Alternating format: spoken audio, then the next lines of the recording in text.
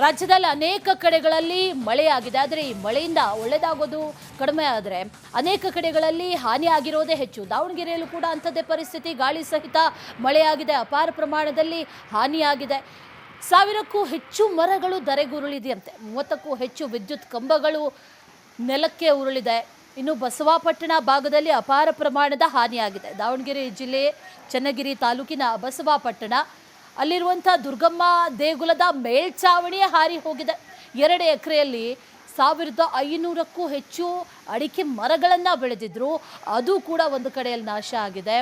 ಈ 30ಕ್ಕೂ ಹೆಚ್ಚು ವಿದ್ಯುತ್ ಕಂಬಗಳು ಧರೆಗುರುಳಿದೆ ಅನ್ನುವಂಥ ಮಾಹಿತಿ. ಈ ರೀತಿ ಆಗಿರೋದ್ರಿಂದ ಅನೇಕ ಕಡೆಗಳಲ್ಲಿ ಪವರ್ ಕಟ್ ಸಮಸ್ಯೆ. ಶೃಂಗಾರಬಾಗ್ ತಾಂಡಾದಲ್ಲಿ ಮರ ಬಿದ್ದು ಮನೆಗಳಿಗೂ ಕೂಡ ಹಾನಿಯಾಗಿರುವಂಥ ಘಟನೆ ನಡೆದಿದೆ. ಇನ್ನು ಬಸವಾಪಟ್ಟಣದಲ್ಲಿ ಬೃಹತ್ ಮರ ಬಿದ್ದು ಕಾರು ಕೂಡ ಜಖಮಾಗಿದೆ. ಮರಗಳು ಬಿದ್ದು ಹಲವು ಗ್ರಾಮಗಳ ಸಂಪರ್ಕವೂ ಕೂಡ ಕಡಿತಗೊಂಡಿದೆ.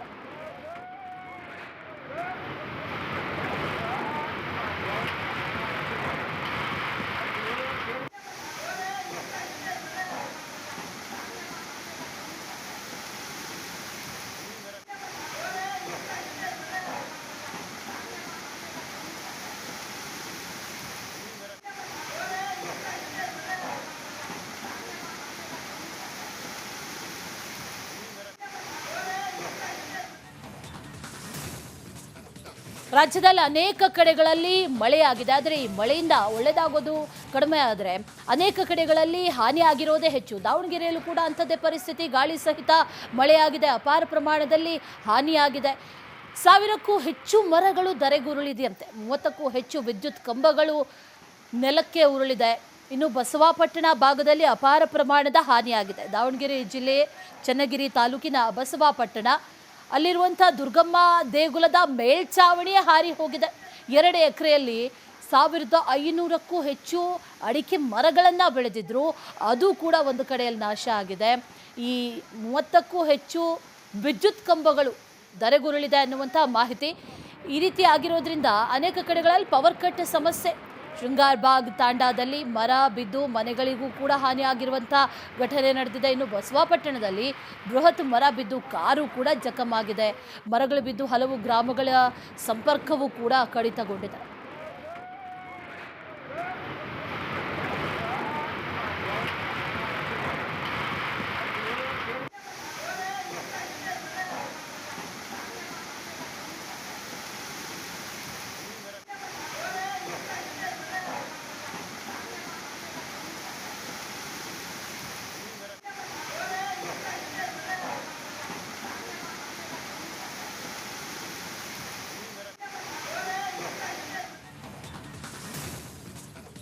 ರಾಜ್ಯದಲ್ಲಿ ಅನೇಕ ಕಡೆಗಳಲ್ಲಿ ಮಳೆಯಾಗಿದೆ. ಆದರೆ ಈ ಮಳೆಯಿಂದ ಒಳ್ಳೆಯದಾಗೋದು ಕಡಿಮೆ ಆದರೆ ಅನೇಕ ಕಡೆಗಳಲ್ಲಿ ಹಾನಿಯಾಗಿರೋದೇ ಹೆಚ್ಚು. ದಾವಣಗೆರೆಯಲ್ಲೂ ಕೂಡ ಅಂಥದ್ದೇ ಪರಿಸ್ಥಿತಿ. ಗಾಳಿ ಸಹಿತ ಮಳೆಯಾಗಿದೆ, ಅಪಾರ ಪ್ರಮಾಣದಲ್ಲಿ ಹಾನಿಯಾಗಿದೆ.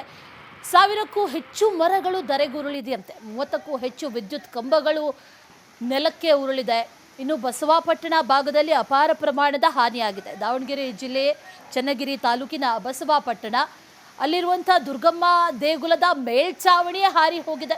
2 ಎಕರೆಯಲ್ಲಿ 1500ಕ್ಕೂ ಹೆಚ್ಚು ಅಡಿಕೆ ಮರಗಳನ್ನು ಬೆಳೆದಿದ್ರು, ಅದು ಕೂಡ ಒಂದು ಕಡೆಯಲ್ಲಿ ನಾಶ ಆಗಿದೆ. ಈ 30ಕ್ಕೂ ಹೆಚ್ಚು ವಿದ್ಯುತ್ ಕಂಬಗಳು ಧರೆಗುರುಳಿದೆ ಅನ್ನುವಂಥ ಮಾಹಿತಿ. ಈ ರೀತಿ ಆಗಿರೋದ್ರಿಂದ ಅನೇಕ ಕಡೆಗಳಲ್ಲಿ ಪವರ್ ಕಟ್ ಸಮಸ್ಯೆ. ಶೃಂಗಾರಬಾಗ್ ತಾಂಡಾದಲ್ಲಿ ಮರ ಬಿದ್ದು ಮನೆಗಳಿಗೂ ಕೂಡ ಹಾನಿಯಾಗಿರುವಂಥ ಘಟನೆ ನಡೆದಿದೆ. ಇನ್ನು ಬಸವಾಪಟ್ಟಣದಲ್ಲಿ ಬೃಹತ್ ಮರ ಬಿದ್ದು ಕಾರು ಕೂಡ ಜಖಮಾಗಿದೆ. ಮರಗಳು ಬಿದ್ದು ಹಲವು ಗ್ರಾಮಗಳ ಸಂಪರ್ಕವೂ ಕೂಡ ಕಡಿತಗೊಂಡಿದೆ.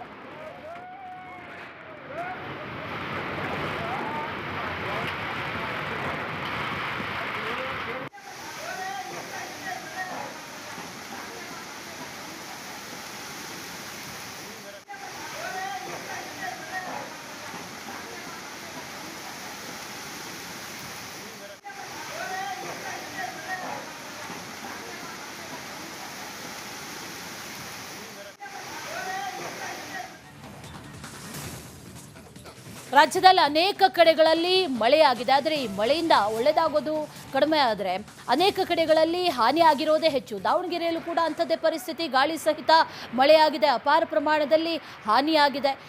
ಸಾವಿರಕ್ಕೂ ಹೆಚ್ಚು ಮರಗಳು ಧರೆಗುರುಳಿದೆಯಂತೆ. 30ಕ್ಕೂ ಹೆಚ್ಚು ವಿದ್ಯುತ್ ಕಂಬಗಳು ನೆಲಕ್ಕೆ ಉರುಳಿದೆ. ಇನ್ನು ಬಸವಾಪಟ್ಟಣ ಭಾಗದಲ್ಲಿ ಅಪಾರ ಪ್ರಮಾಣದ ಹಾನಿಯಾಗಿದೆ. ದಾವಣಗೆರೆ ಜಿಲ್ಲೆ ಚನ್ನಗಿರಿ ತಾಲೂಕಿನ ಬಸವಾಪಟ್ಟಣ ಅಲ್ಲಿರುವಂಥ ದುರ್ಗಮ್ಮ ದೇಗುಲದ ಮೇಲ್ಛಾವಣಿಯೇ ಹಾರಿ ಹೋಗಿದೆ. 2 ಎಕರೆಯಲ್ಲಿ 1500ಕ್ಕೂ ಹೆಚ್ಚು ಅಡಿಕೆ ಮರಗಳನ್ನು ಬೆಳೆದಿದ್ರು, ಅದು ಕೂಡ ಒಂದು ಕಡೆಯಲ್ಲಿ ನಾಶ ಆಗಿದೆ.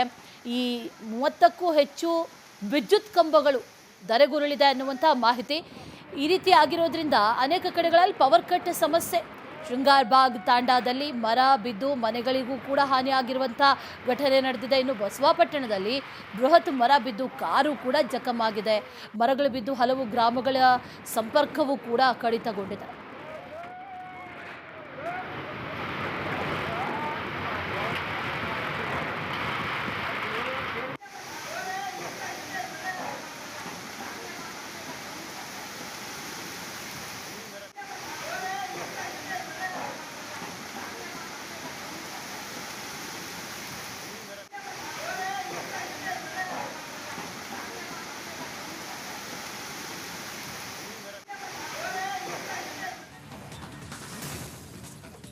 ರಾಜ್ಯದಲ್ಲಿ ಅನೇಕ ಕಡೆಗಳಲ್ಲಿ ಮಳೆಯಾಗಿದೆ. ಆದರೆ ಈ ಮಳೆಯಿಂದ ಒಳ್ಳೆಯದಾಗೋದು ಕಡಿಮೆ ಆದರೆ ಅನೇಕ ಕಡೆಗಳಲ್ಲಿ ಹಾನಿಯಾಗಿರೋದೇ ಹೆಚ್ಚು. ದಾವಣಗೆರೆಯಲ್ಲೂ ಕೂಡ ಅಂಥದ್ದೇ ಪರಿಸ್ಥಿತಿ. ಗಾಳಿ ಸಹಿತ ಮಳೆಯಾಗಿದೆ, ಅಪಾರ ಪ್ರಮಾಣದಲ್ಲಿ ಹಾನಿಯಾಗಿದೆ.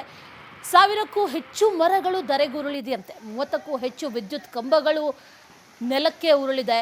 ಇನ್ನು ಬಸವಾಪಟ್ಟಣ ಭಾಗದಲ್ಲಿ ಅಪಾರ ಪ್ರಮಾಣದ ಹಾನಿಯಾಗಿದೆ. ದಾವಣಗೆರೆ ಜಿಲ್ಲೆ ಚನ್ನಗಿರಿ ತಾಲೂಕಿನ ಬಸವಾಪಟ್ಟಣ ಅಲ್ಲಿರುವಂಥ ದುರ್ಗಮ್ಮ ದೇಗುಲದ ಮೇಲ್ಛಾವಣಿಯೇ ಹಾರಿ ಹೋಗಿದೆ. 2 ಎಕರೆಯಲ್ಲಿ 1500ಕ್ಕೂ ಹೆಚ್ಚು ಅಡಿಕೆ ಮರಗಳನ್ನು ಬೆಳೆದಿದ್ರು, ಅದು ಕೂಡ ಒಂದು ಕಡೆಯಲ್ಲಿ ನಾಶ ಆಗಿದೆ. ಈ 30ಕ್ಕೂ ಹೆಚ್ಚು ವಿದ್ಯುತ್ ಕಂಬಗಳು ಧರೆಗುರುಳಿದೆ ಅನ್ನುವಂಥ ಮಾಹಿತಿ.